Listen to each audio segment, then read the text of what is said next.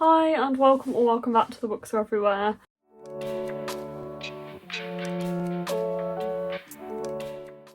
Today I'm here to do a wrap up. It's a May and a June wrap up, even though I am late for both of those now. It got way too late for me to do a May wrap up, so then I thought I'll just do them together, and now it's like nearly halfway through July, which is insane. But I'm here to talk about like 20 books, so this might be a long video, but I will try and keep my thoughts and wrap-ups and opinions short and sweet.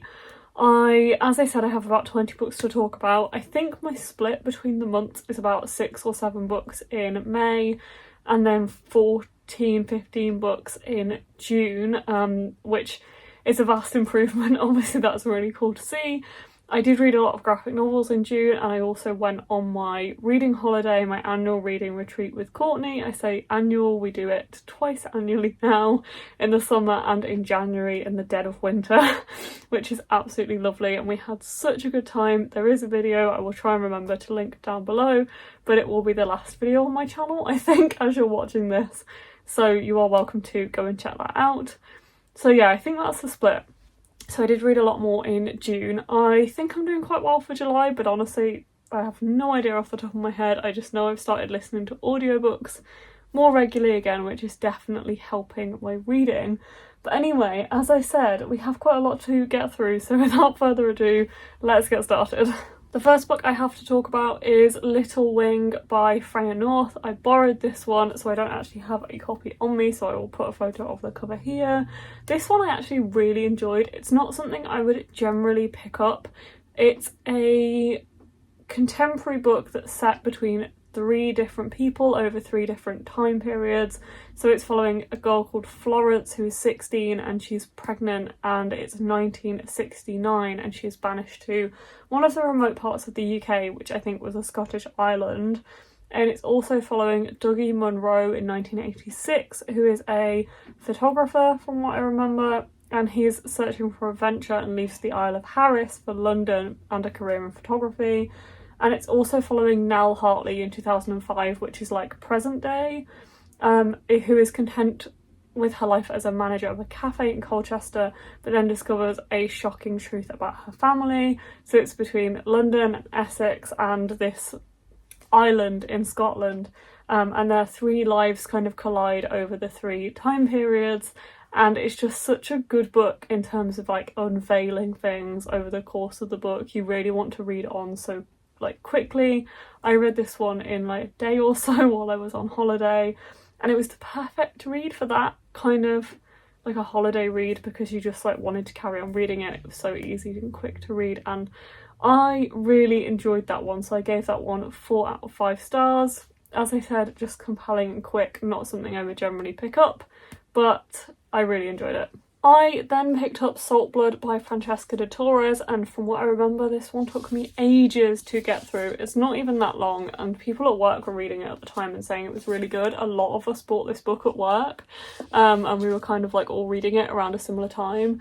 This one is set in 1685, and I really don't read a lot of historical. I probably again wouldn't have picked this up if it wasn't for like people around me who were enjoying it at the time, and we ended up like all buying this book.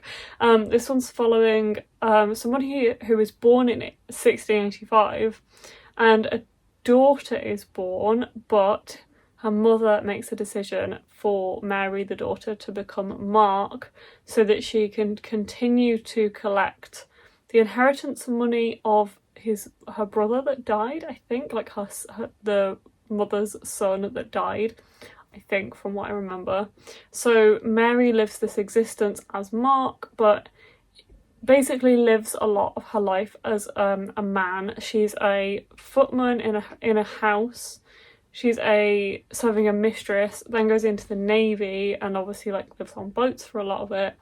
And then is drawn back to the water throughout her life, both as a man and as a woman, living as both a man and a woman. Very interesting concept. I really don't get on with maritime a lot of the time. It's just not my thing for some reason. I don't really like things that are like set on the sea. But I did really enjoy those parts of this book, weirdly. And some of the stuff that was happening, I actually wanted them to be back on the water. I feel like a bit further on, like from reading this book, like a couple of months down the line, I definitely didn't enjoy this one as much as I wanted to, and as much as some of the other people around me enjoyed it. Specifically someone at work who was reading it at the time was loving this, and I feel like for parts of it I could completely see where she was coming from, and I found it quite compelling, but I found a lot of it quite boring. And a few other people that I was working, like, that were reading it at work also said the same thing, that there's just like periods of this where it doesn't feel like much is happening, unfortunately, and I think that's where it kind of lost me. And then towards the end I just wasn't really paying that much attention to this book anymore. To be completely honest, it felt like it took me a while to get through and was a bit of a slog, so that is a shame. I still gave this one 3 out of 5 stars. I did enjoy it, and I feel like it's really atmospheric and very heavily focused on the atmosphere, which maybe sometimes means the plot is lost. And because it flits around so much, it's easy to become really enamoured with one part of the story, but other parts of the story just feel like they're not really that interesting. So there's things that I enjoyed, there's things that I didn't. I liked it overall, but I don't see myself hanging on to this, which is a shame because it's a really beautiful copy. But yeah, I gave this one 3 out of 5 stars. I actually listened to 2 audiobooks, so I don't own these, so I'll just put some pictures here. And that is 10,000 Skies Above You and A Million Worlds With You by Claudia Gray. I have the physical copy of the first book, which is 1,000 Pieces of You, although I listened to all of these on audio. This is a young adult dystopian series that I remember being quite popular when it came out, like mid-2010s. And I remember a lot of people really liking the concept. I think it has quite a unique concept, and I do like the concept of this book and this series. I listened to the first one, it was just so quick and easy to read or listen to and quite compelling that I ended up listening to the other 2 as well, even though I don't own those. The first book is following a girl called Marguerite, who is her parents are physicists, so she's really heavily in this like scientific world. They've created this invention called the Firebird, which means they can jump between different dimensions and like multiple universes that all run parallel to each other. But then her father is murdered, and they think that he is killed by their parents' assistant, who is like a college student. They kind of like hire these college students. So Marguerite is really close to this person and is really close to like the other assistants of her parents because they all kind of live together. So she tries to track this guy down who she thinks has killed her dad, but then she also meets alternate versions of the people, like of different people in her life, and that kind of makes her question things. Story kind of goes from there. I feel like in some ways this series becomes quite predictable, or at least a little bit cliche, and they all kind of follow a similar storyline, I guess, and you kind of get to know the beats of the story and where it's going. It's very YA dystopia, which I liked about it in some ways, but as I said, it could feel a little like cliche or cringy. Really like the concept of this book, but I guess it just felt a little bit repetitive by the end, or didn't feel like it was as impressive as the first book when you're kind of like in this story for the first time. So I did enjoy this series. I will find out what I actually rated the second and third book. So I rated them 3.5 and 3 stars respectively, which feels about right. I did enjoy these, and I'm glad that I listened to them, but it maybe lost me a little bit by the end, or started to feel a little bit repetitive, and the romance in it was just a little bit cringy and heavily a part of the story by the end of it.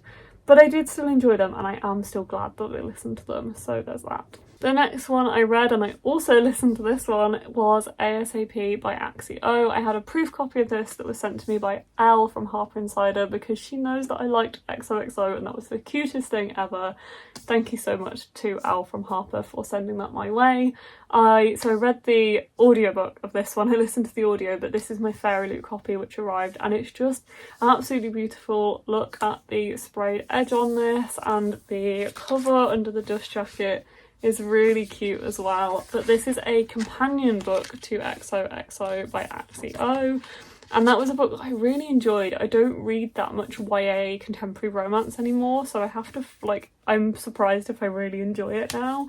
But that book I just really loved. There's something about like Korean or Japanese like books set in Korea or Japan that I really like, especially like YA, contemporary or romance, so it just gives a bit of a twist to it to have that like cultural stuff as well in there, and cultural differences to obviously what I'm used to, so I do really like that. This one's following Min Sori, who is one of the, I think these characters kind of side characters from XOXO, so you kind of know them, but this one is following Sori, who has worked her whole life to become like a K-pop idol. Her mom runs this like company, kind of, it's a talent company, I think, an entertainment company, and she's like kind of trying to impress her mom, work with her mom, but she knows that she doesn't want to be a K-pop idol anymore, she wants something different, and she has this ex-boyfriend called Nathaniel, who is one of the members of the band from the first book, so you kind of know Nathaniel from the first book, from XOXO, and they did used to date, but they've been forbidden from dating by her parents, I think, maybe, and his parents, but they kind of find their way back to each other in this book, and they end up in a close quarters because Nathaniel is going through like a scandal, so Sori offers to kind of, he can hide out where she lives, which she lives on her own, which is insane, with like a nanny, which is mad, but it's the nature of this book. This book has a lot of interesting things. Obviously it has the romance, but it also has this dynamic between Min Sori and her mom, and the pressures from her parents, which was interesting, and it involves friendship and K-pop and K-dramas and being like an idol and being in the entertainment industry, so there was a lot more to this that was very interesting. I didn't enjoy this quite as much as XOXO, I just loved that book and I got so sucked into the story, but I did still really enjoy this and I gave it 4 out of 5 stars. I then read Hello From Here by Chandler Baker and Wesley King. This one is such an interesting one. It's a contemporary romance, again it's a young adult, possibly a little bit older than XOXO and ASAP. This one's set in the US at the very start of the pandemic, which was just super interesting to read about. A little bit unsettling to read about as well, but obviously we're now 4 years on from the first like lockdown and stuff, well, from the end of the first lockdown. Feels like we've got quite distance from that now, so it's quite odd going into a story where you actually feel really enveloped in lockdown again, and that was just really strange. It felt quite visceral. This one's following Maxine and Jonah. They meet in a canned goods aisle of their local like supermarket at the start of lockdown, just as California's going into lockdown, so it's set in California. Max has a part-time job as a like personal grocery shopper, and Jonah has a lot of pre-existing anxiety, which is about to become a lot harder. He also has a sister who has health issues, so he's trying to kind of like look after his sister, make sure that she has what she needs during like lockdown and stuff, so they have an argument in the canned goods section of this shop, and then they kind of get to know each other, but they have to obviously do that through like FaceTime calls and like social distancing and things like that, and it was just really interesting to read about that. I found this quite an enveloping story, which I really liked. It was just super easy to read and fall into, and I really like that. I feel like that's something I really look for in a book, and I just felt like I wanted to pick this up and be in the story, which I really appreciated. So I really enjoyed this. I gave it 4 out of 5 stars, and although you need to kind of keep in mind that yeah, it might take you back to that time and that's a bit weird, I would really recommend this, and I'm really glad I read it because I was so intrigued by the concept of this story being kind of like immortalising the era that we had in lockdown, but I really liked it as well. So it obviously has some tough stuff in there, but I really enjoyed that. The next book I read, and I actually listened to this on audio as well, this was Sea of Tranquility by Emily St. John Mandel, which is an odd book to look back on because I feel like I really don't remember a lot about this book at all, but I also really enjoyed it at the time. This one is weirdly also set in a pandemic, but it's a kind of, I think part of it does mention COVID, but it's set very far in the future in a lot of the book. So it mentions COVID as like a past virus rather than something that's happening now. So lives separated by time and space have collided. It's following an exiled Englishman, a writer trapped far from home, and a girl destined to die too young. They have each glimpsed a world that is not their own. Travelling through the centuries between colonies on the moon and an ever-changing Earth, together their lives will solve a mystery that will make you question everything you thought you knew to be true. I really wanted to read something by Emily St. John Mandel because I've never read Station 11 and I would really like to. And as I said, I did really like this. I loved the atmosphere of this. I felt so enveloped in it at the time, but I really don't remember a lot about it now. I really liked How High Will You Go in the Dark, that I read actually when I had COVID, and that's about a pandemic, and that was really interesting. I really liked that book. It's a collection of short stories all about pandemics, and it's sci-fi, and this is obviously also sci-fi, also about pandemics. Definitely have similar vibes, similar emotional vibes, and this did make me quite emotional. So I rated this one 4 out of 5 stars. I would still really like to read Station 11.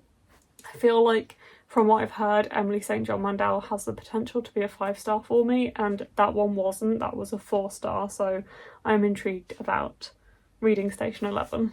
Next I read Beach Read by Emily Henry, and I did read this one physically. I read this physical copy.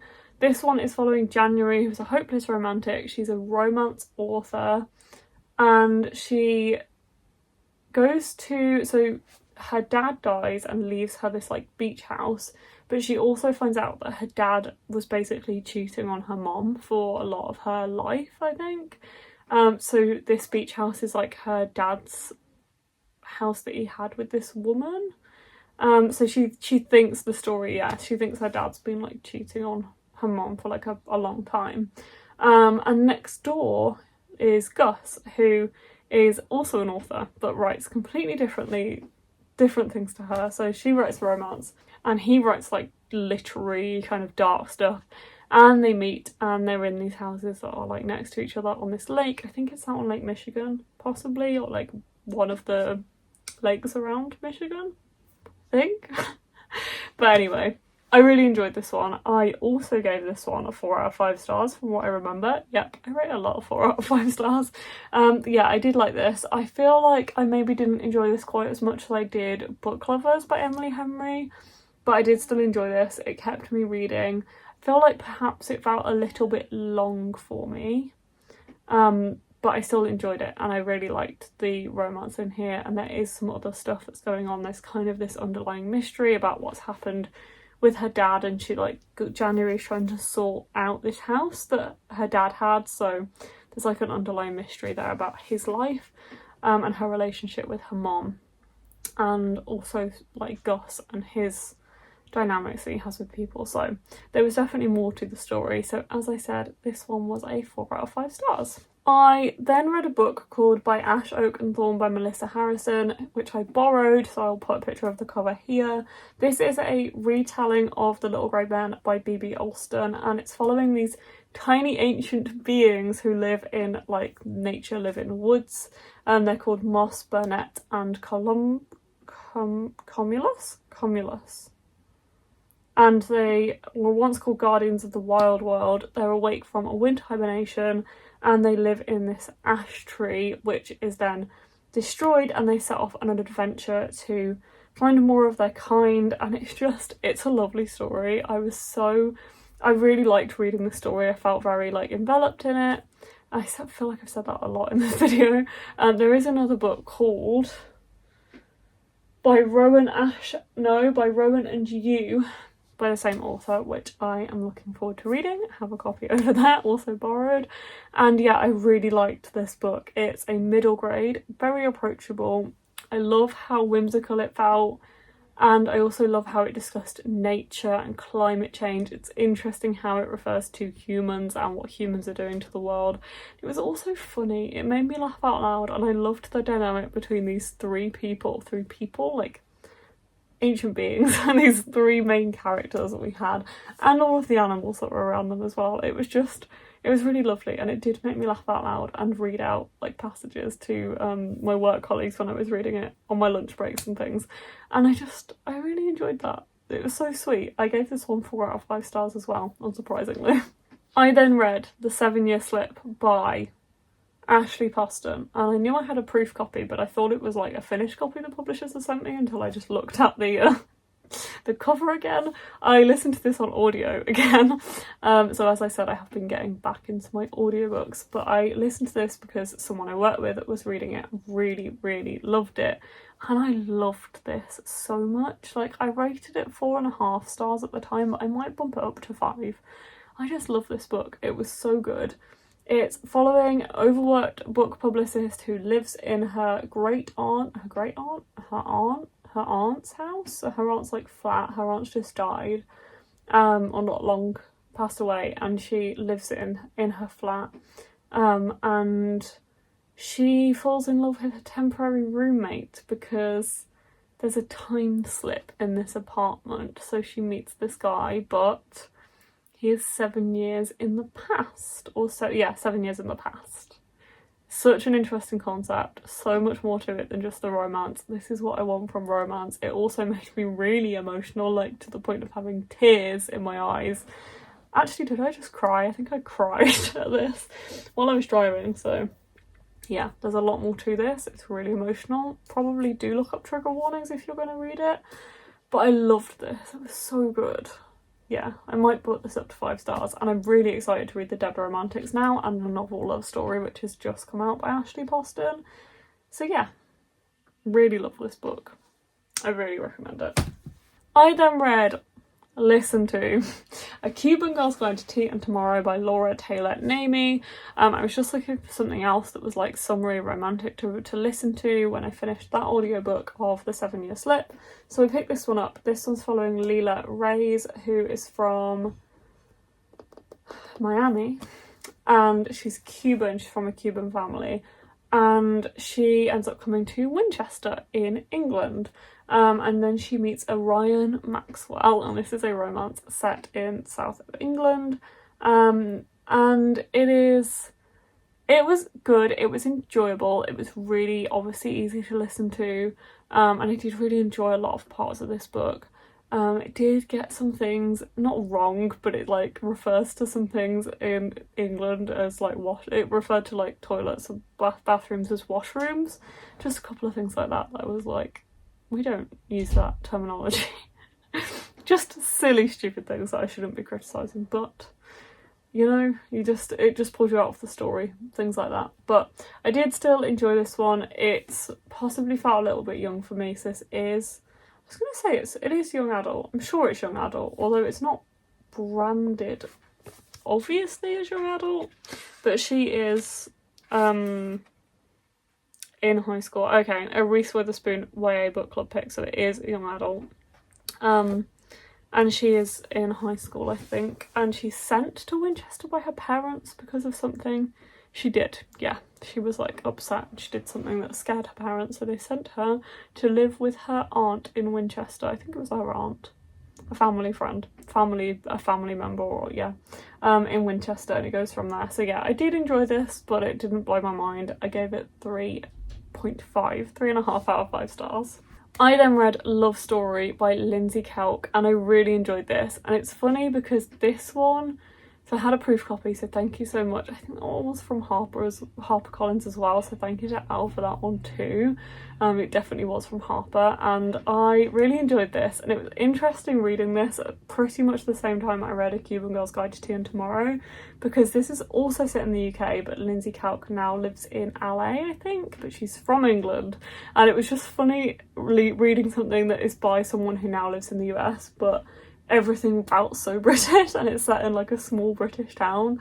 This one is following our main character, who I've forgotten the name of, but she writes this like really smutty book and tells no one she wrote it, but her parents work for this really famous publishing company, like one of the big 5 publishers, so she publishes the book through her parents' publishing company, and somebody does know that it's her, obviously, because she has to publish it. She publishes it. Her parents don't know that she wrote it, and like none of the family apart from her brother know that she wrote it.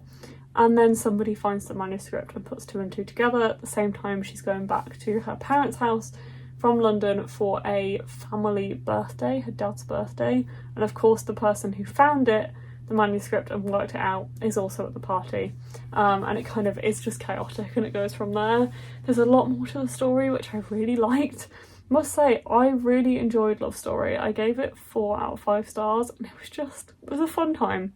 It was chaotic, there was so much going on, and yeah, I really enjoyed that. I found it very easy to read, compelling, and it was a great time. As I said, chaos ensues, but it was great. I then read Lights by Brenna Thummler. The next couple of books I talk about are the ones that me and Courtney read while we were away, so I will try and really cut my thoughts down on this because I know this video is so long now, and there's a lot more of my thoughts and feelings on the other video of me and Courtney being away. But this one is the 3rd book in the Sheet series by Brenna Thummler, which is a graphic novel series following Marjorie Glatt, who is a 13-year-old or 12-year-old in the first book. Her mother's passed away and she's kind of looking after her family's laundrette alongside her dad, and she's got a little brother. And when she's like working in this laundrette, she makes friends with this ghost called, why do I not remember the ghost's name? Wendell, who died far too young, and he's a ghost. He lives in the laundrette, so they become friends. And the series is kind of following both of their stories, and it also follows another girl as well from the 2nd book onwards. This is just absolutely stunning. Me and Courtney have read these together, this whole series together. I think it's complete now after this one, and we've just absolutely loved it. Like, just look how pretty this is. Honestly, I absolutely love this series, and I feel like it gets so much more hard-hitting than you expect it to, covers so much more ground, like especially for a graphic novel as well, and I'm just so blown away by this series every time I read a new instalment, and I'm kind of sad if this is the final one that we're not going to get any more, because I just absolutely love this series, and I rate this one 5 out of 5 stars. It's beautiful. I love it. If you haven't read this and you like graphic novels, then definitely do pick it up. I then read another 5-star, which was Forever Interrupted by Taylor Jenkins Reid. Me and Courtney also buddy read this one on a holiday. It's following Elsie, who falls in love with somebody called Ben, and within 5 months they are married. Yeah, they've eloped. 9 days after they get married, he is hit by a truck and unfortunately dies. At the hospital, Elsie faces her mother-in-law Susan, who she's never met and who didn't even know that Elsie existed. It's interweaving their romance and everything that happened over the 5 months of them falling in love before they eloped, but also this very, very difficult relationship that Elsie is having with her mother-in-law after Ben dies. It's very hard-hitting. It's kind of a romance, but it's also got so much more to it. It has that typical Taylor Jenkins Reid feeling of feeling like these characters are real, and that you just are so heavily a part of their story, and I just absolutely love that. I fell into this story. I did not want to put it down, and I just thought it was absolutely brilliantly done, and I just wanted to carry on reading. I love Taylor Jenkins Reid. I love this book. I love Seven Husbands, and I also read Maybe in Another Life last year, and it was one of my favourite books of the year. I just absolutely love this. Loved it, and this one will probably be one of my favourite books of this year. As I said, 5 out of 5 stars, no surprise. The next two I will talk about together because it's volumes 5 and volume 6 of Olympus by Rachel Smith, or Rachel Smythe. I'm really never sure how to pronounce that surname. This series is also a graphic novel series, and it's following the gods, the Greek gods after dark, mainly Hades and Persephone and their romance, but also all of the Greek gods basically in the underworld after dark. So it's following them and their like relationships, and it does have some really heavy topics, and there is content warnings in the start of all of these books for sexual abuse, mental abuse, sexual trauma, toxic relationships and physical abuse as well, which I do enjoy this series. I think it's quite well done, and I really like the colour scheme, and I really like how all of the gods are portrayed in here in terms of it's very cleverly drawn and coloured, and I think they're beautiful. But I also feel like every time I read these I want more of the Hades and Persephone romance, and I don't really get it. There's so much tension between them, and it kind of flips backwards and forwards between the gods, and it's just, I just want more of that. feel like if there was like, if someone just put together all of the Hades and Persephone stuff, I would really enjoy that. But I don't necessarily want all of the stuff in the middle. I'm honestly considering, because I have the Illumicrate versions of these and they are beautiful. I've got these nice sprayed edges. I've got 6 of them. I've worked out that there were going to be 11 volumes of this, and I'm just umming and ahhing about whether I want to have 11 copies of this. I mean, not 11 copies, but 11 of these on my shelves, or whether I actually want to read these online because the webtoon is now finished. So I don't know. Maybe I will just read it online. I'm really not sure. I do enjoy these, but I feel like it's a lot to have on my shelf. And I just want Hades and Persephone. So I gave this one 3.5 stars. And I gave this one 4 stars. Volume 6. It does include more of Hades and Persephone. But yeah, I don't know. I'm still umming and ahhing about that, and I have some time to decide before Illumicrate release the pre-orders for volume 7 and 8. So we will see. But anyway, the next book I read, I'm really trying to get through these, but it was I Kissed Shara Wheeler by Casey McQuiston. Also Buddy read this one with Courtney. This one is following Chloe Green, and Shara kissed Chloe and then disappeared, and Chloe also finds out that Shara kissed Rory, who was Shara's bad boy neighbour, and Smythe, who is Shara's longtime sweetheart. They form an unlikely alliance to try and find out what happened to Shara. This one was okay. I didn't love this one. I gave it 3.5 stars, but I think I need to put that down to 3 to be completely honest. I felt like this one, I think we both kind of expected and wanted it to be a quicker read than it was when we were away, because it's a young adult book especially, and it just felt like it was quite long and went on for quite a while, and it doesn't really have the mystery that we wanted, I guess. It does have like a mystery element to it because they're trying to find out what happened to Shara, but it's just written slightly, it's not as compelling maybe as you expect it to be. Yeah, and I feel like a lot of it I don't remember as well as I want to as well, possibly because we read this in less than 24 hours, I think. I enjoyed this, but I really love One Last Stop by Casey McQuiston, and this one is a young adult book, and it's not necessarily maybe something I would pick up now. I don't know. I think Courtney said like she would have really enjoyed it if she was younger. We both still did enjoy it, but maybe we'd have both enjoyed it if we were a bit younger. Enjoyed it more if we were a bit younger. I then read Count Sylvania by Julie Murphy. Again, thank you so much to Harper for sending me a proof of this one when it came out, which was last year. Sorry it took me so long to get around to reading this. This is a middle grade book by Julie Murphy, who wrote Dumplin'. This one is following, I can't remember the main character's name. Maggie, who is determined to go to this like summer camp, which is a like theatre camp, and just before she's due to go, her parents tell her that she's not going and she's actually going to a fat camp, but she gets there and things are really weird, and it turns out that it's run by vampires. It was really fun though, this. I'm glad I read it when I did because it was so quick to read, so easy to read, and I really liked the main characters. There was a bit of found family in here, some kind of interesting discussions obviously like about fat phobia and also about friendship, and I really liked that, and with her relationship with her parents too. And as I said, this one was just fun, easy to read and compelling, and very short.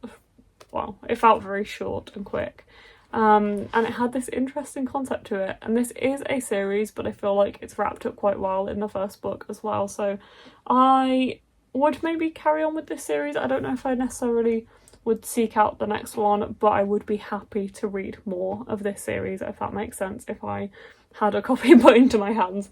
But yeah, I thought this was fun, it was entertaining, it was light-hearted while it also had some interesting elements to it, and had that element of like tension from the horror aspects of it that were catered well for like a middle grade audience. So yeah, a lot that I liked about this. I gave it 4 out of 5 stars. Me and Courtney then buddy read the last one of our trip, which was Under Your Spell by Laura Wood. We tend to read a Laura Wood book every time we go on holiday now, and I'm so glad that this one came out while we were away. Again, I think this is from Simon & Schuster, and they sent me this proof copy. Thank you so much to them for sending this my way. And I loved this. This is a adult romance from Laura Wood. It's the first time she's written an adult romance. She writes YA historical, which I don't normally seek out, but I absolutely love. And this one is following Clementine. Why do I remember nobody's name? She has just been dumped by her cheating ex, fired from her dream job, and is about to lose her flat. So she's not having a good day. She needs a job. She needs somewhere to live. And she accidentally ruins a funeral, has a one-night stand, and is then stuck with a new job that she definitely doesn't want. Spending 6 weeks with the gorgeous and very off-limits rock star Theo Elliott.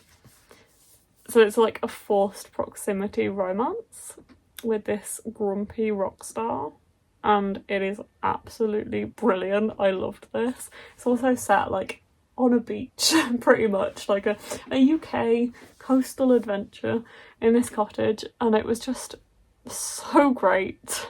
Laura Wood just has this amazing writing style, which no matter what she reads, you just want to read her, or like you just are so compelled to read her books, and you just feel so in the story. Like same as Taylor Jenkins reading away. When me and Courtney read these, we can just read for ages and not even look up, and you get so involved when in it, and then eventually you'll look at each other and be like, oh my god, we're still reading, and we're just so enjoying it so much. Honestly, I loved this. It was a 4.5 star read. It was great fun. We both really enjoyed this one, and I love Laura Wood's writing. The next one I read was Séance Tea Party by Reimena Yee. I picked this one up in Bath on our way to our holiday, and then I read this one as the last one on the holiday on the beach. And this is a graphic novel following Laura, our main character, who has a like magical tea party and becomes friends with Alexa, who's the ghost that haunts her house, and they want to be like best friends forever.